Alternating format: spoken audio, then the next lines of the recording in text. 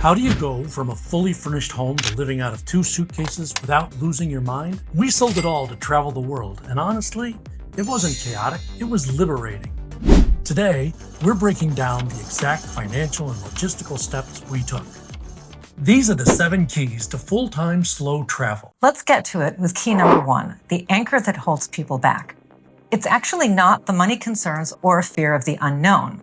It's the stuff that complicates everything if you let it. To travel freely, you must master downsizing for retirement. We had to make a brutal choice. Pay $600 a month to store furniture and stuff we'd likely never use again, or sell it all, invest the cash, and fund our travel. Here are the 4 most important tips we have for how to do your downsizing for full-time travel retirement. At first, we made the mistake of deciding what to sell. We found out that was a trap. We learned the hard way that you should start by figuring out what you're going to keep. And for us, that meant everything had to fit into just 4 suitcases. You need your travel documents, credit cards, cell phone, and other technologies that you can't live without, and the barest minimum for clothes. It's actually a much smaller list than most people realize when they are starting out. Once we knew what to keep, everything else became a price tag for funding our travel. For us, Deb took care of turning our stuff into cash. So I'm going to let her tell you about her secrets for selling everything.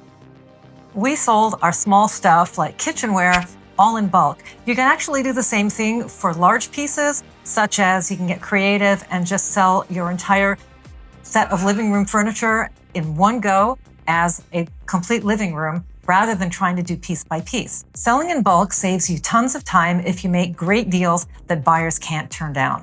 And while you're saving energy and simplifying your life, your buyers will be so happy filling their home with things that they never could have afforded anyplace else. Sell cheap, in bulk, get it done fast, and move on to other things. Everybody wins. For everything we couldn't sell, we adopted Swedish death cleaning. The rule is simple. Don't leave a burden for your loved ones.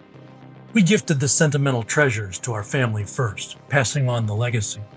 And then we also gave our family and friends things that we had that we knew that they needed. And then we ruthlessly cleared the rest. We had 4 basic ways of getting rid of those final piles of stuff. First, we made many trips to our charities, such as Goodwill, with our cars filled with bags of stuff that we were letting go. Second, we rewarded our especially big bulk buyers with more things as a way of saying thanks for simplifying our life. Third, we knew which friends really had their eye on certain items ever since we'd been there, and we made a point of giving those to them.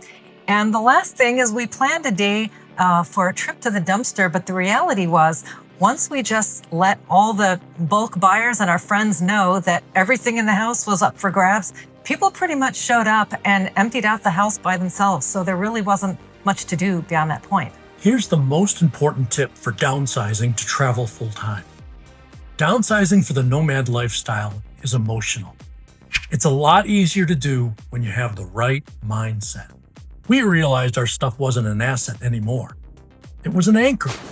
Every item we clung to was a weight preventing us from leaving Las Vegas. The real transformation happened when we stopped asking, what should we keep?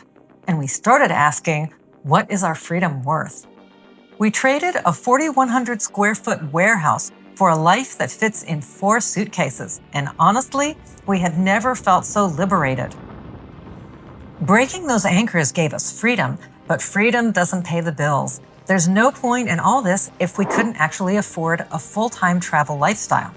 We had to stop guessing and start calculating our real retirement travel budget. And what we found shocked us. The cost of living on the road wasn't just cheaper than Vegas. We cut our expenses by 75%. Here's the simple 3-step formula we used to do it. Step 1, the stationary benchmark. We listed every penny we spent in Las Vegas. We looked at our mortgage, cars, utilities, insurance, everything. Step 2, the travel trade-off.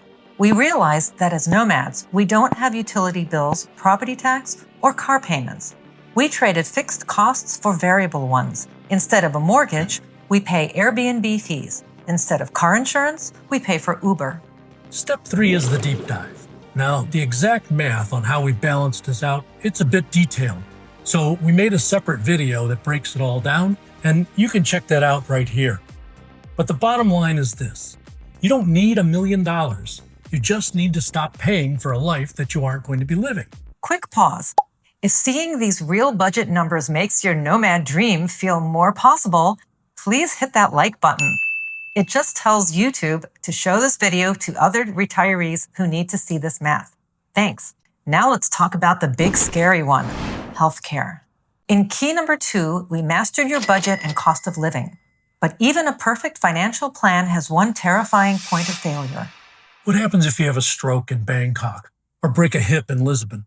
If you think your U.S. Medicare card is your safety net, you're making a mistake that could wipe out your retirement savings in a single week.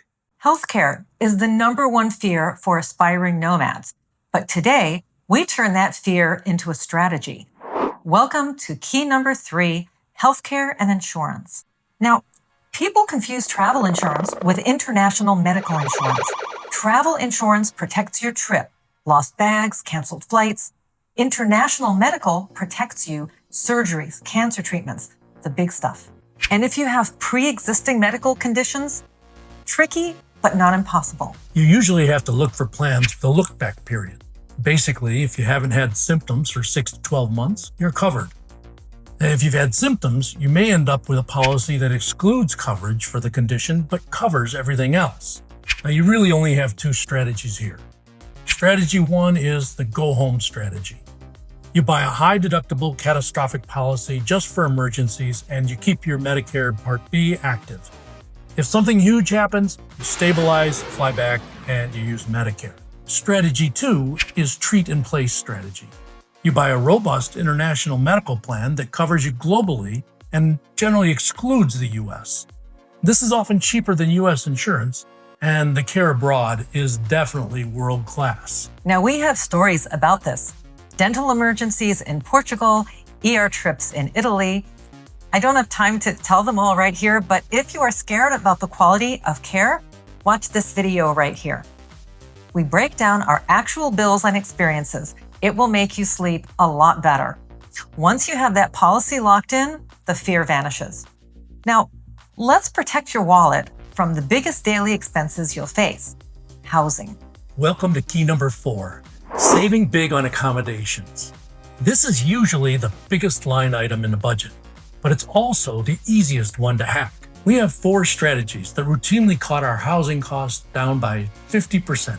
Strategy 1 is the 28-day rule. In the world of Airbnb and booking platforms, 28 nights is the magic number. As soon as you hit that mark, you often unlock a monthly discount that can drop the price by 30 to 50%.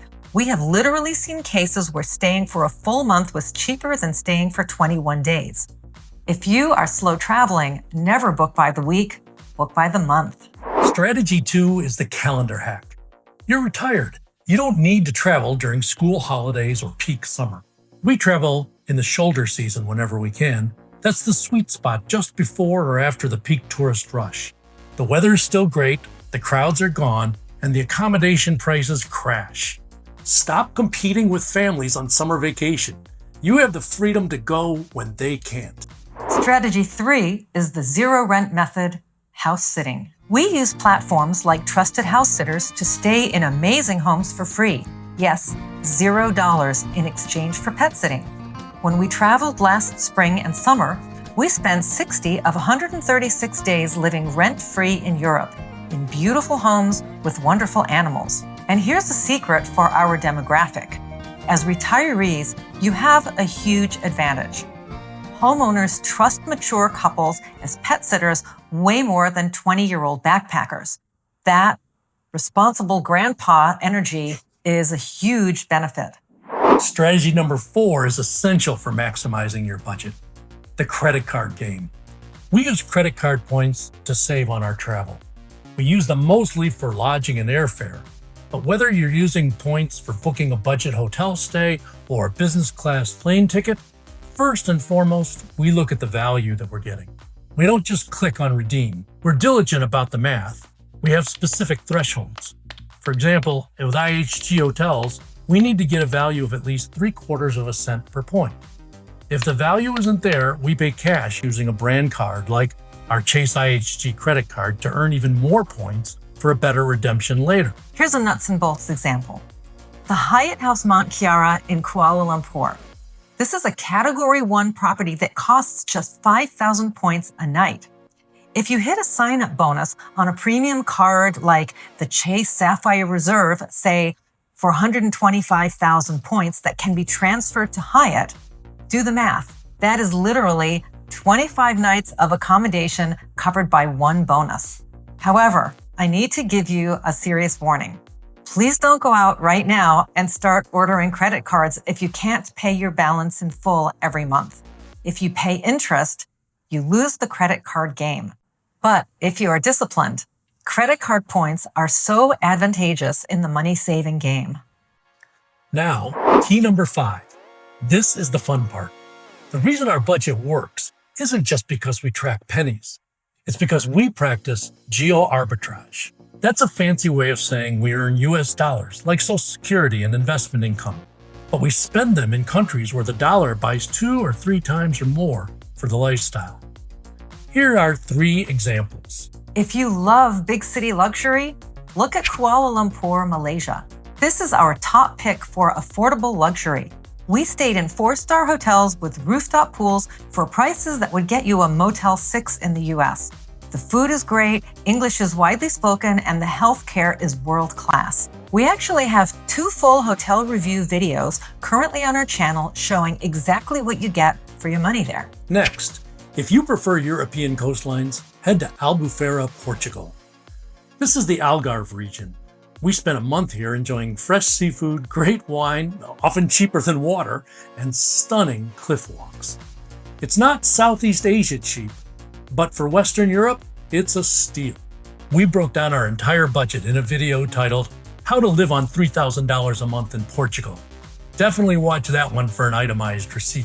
Finally, for history and culture, skip the tourist traps and go to Padua, Italy. It's an easy 20-minute train ride from Venice, but without the insane crowds or prices. You get the authentic Italian lifestyle, morning espresso, evening spritz in the piazza, and beautiful history everywhere without draining your savings. It proved to us that you can afford the dolce vita if you pick the right city. If you want to keep exploring these low-cost destinations with us and see exactly how we handle the logistics on the ground, please hit that subscribe button. We release new videos about every other week, and it'll help you get there faster. Now, let's talk about the one technical hurdle that confuses everyone, your US phone number.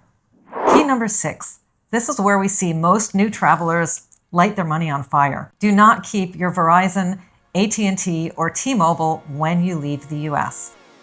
Yeah, that's a mistake that can easily cost $1,500 or more every year.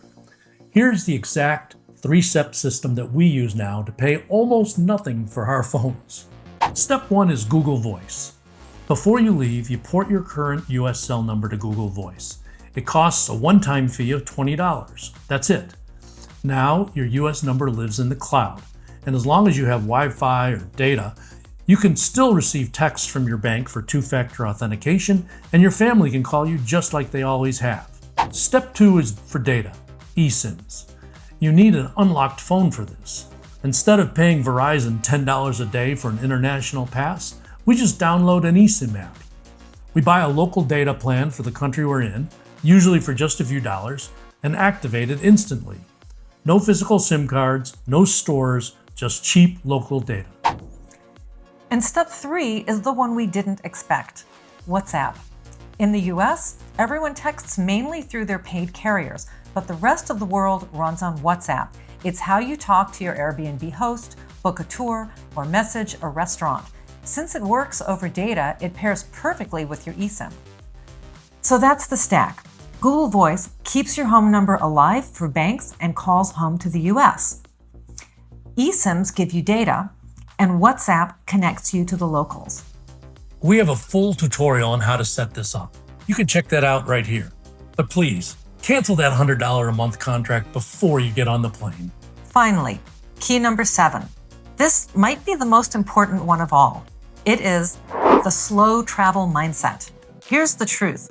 When you're on a 2-week vacation, a rainy day is a disaster because you're losing time.